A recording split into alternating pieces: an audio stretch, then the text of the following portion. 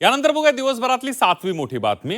खासदार संदीपान भुमरेंच्या चालकांवरील आरोपामध्ये तथ्य नाही अशी माहिती समोर आली आहे। समृद्धी महामार्गामध्ये अधिग्रहण झालेल्या जमिनीचा खोटा हिबानामा करून भुमरेंच्या चालकानं 1150 कोटी रुपये उकळण्याचा प्रयत्न केल्याचा आरोप अंबादास दानवेंनी केला होता।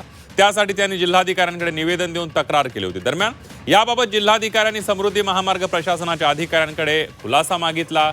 त्यानंतर समृद्धी महामार्ग प्रशासनाने जिल्हाधिकाऱ्यांकडे दानवेंच्या तक्रारीबाबत अहवाल सादर केलाय। दानवेंनी केलेले सर्व आरोप अहवालातून फेटाळून लावण्यात आलेले आहेत। या ठिकाणी अंबादासांनी बिनबुडाचे आरोप केले, पण या आरोपाच्या आधारे आपण त्यांना अपरोक्ष दावा त्या ठिकाणी ठोकणार आहोत।